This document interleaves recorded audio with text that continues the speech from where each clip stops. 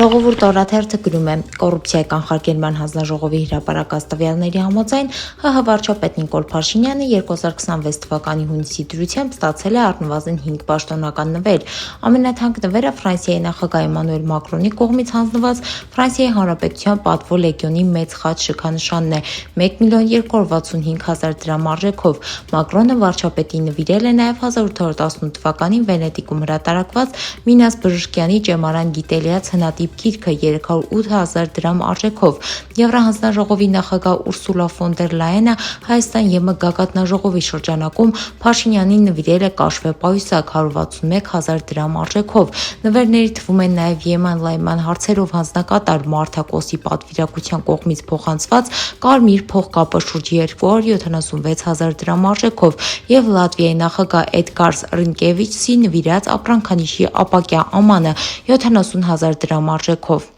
Ժողովուրդ օրաթերթը գրում է. չնայած հունիսի 7-ի խորհրդարանական ընտրությունների արդյունքները բողոքարկվել են Սահմանադրական դատարանում, ընդդիմադիր շրջանակներում քննարկվում է, որ ընտրված ուժերը կարող են վերցնել մանդատներ եւ մասնակցել խորհրդարանի աշխատանքներին։ Ժողովուրդ օրաթերթի տեղեկություններով ոչ պաշտոնական քննարկումներում որպես ԱԺ փոխխոսնակի հավանական թեկնածու շրջանառվում է Ուժեղ Հայաստան կուսակցության ցուցակով պատգամավոր ընտրված Էդգար Ղազարյանի անունը։ Էդգար Ղազարյանը սակայն թերթի հետ զրույցում նշել է, որ այս պահին նման քննարկում չկա, քանի որ դեռ շարունակվում է ընտրությունների արդյունքների բողոքարկման գործընթացը եւ պարզ չէ ընդդիմադիր ուժերը կվերցնեն մանդատները թե ոչ։ Հրապարակ թերթը գրում է. հունիսի 7-ի ընտրությունների արդյունքներում սահմանադրական մեծամասնություն, անգամ 50% չստացած ԿՊԱ-կանները որոշել են փոխել պատգամավորական երդման տեքստը, այն հարմարեցնելով Փաշինյանի հորինած իրական Հայաստանի գաղափարին։ Տեքստից դուրս են թողնվելու համազգային նպատակներին շեշտադրումները, այն նեղացնելու են հայաստանյան տարածքով։ Հրապարակ թերթը գրում է. Նիկոլ Փաշինյանը Գագիկ Ծառուկյանին ոչ միայն զրկեց խորհրդարան մտնելու հնարավորությունից,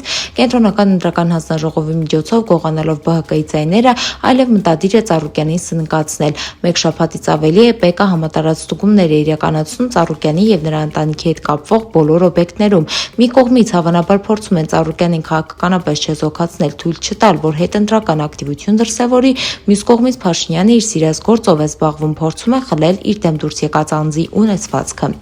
Հրապարակ թերթը գրում է. մենք տեղեկացանք, որ վերջերս Մայրաթոր Սուրբ Էջմիածինը որպես պարաֆինի հարկ մեծ գումարներ է վճարել պետությանը։ Մեր աղբյուրի պնդմամբ խոսքը մի քանի $100,000 մասին է։ Ըստ ամենայնի ամենայն հայոց կաթողիկոսը որոշել է կամովին կատարել Փաշինյանի պահանջը, հույսով, որ գուցե նրա վերաբերմունքը մեղմվի։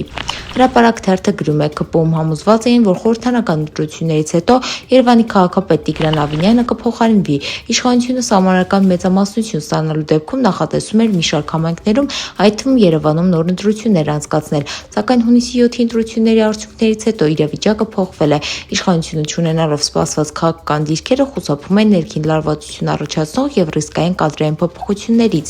Իրավունք թերթը գրում է. հուլիսի սկզբին սպասվում են նոր աղմուկահարույց ձերբակալություններ, որոնց գիզակետում լինելու են ոչ միայն ընդդիմադիր լիդերներ, այլ նաև նրանց հետ փոխկապակցված անձինք։ ԿՊԱ-կանները մասնավոր զրույցներում վստահեցնում են, որ ամառային հանգիստը թեժ է լինելու քրեա օլիգարխիայի համար, իսկ թե ինչու հուլիսի սկզբին աղբյուրը ասաց, դե մինչև այդ ՍԴ որոշում կլինի ու այդ ժամանակ նոր դրանք թող ջանները յուղեն։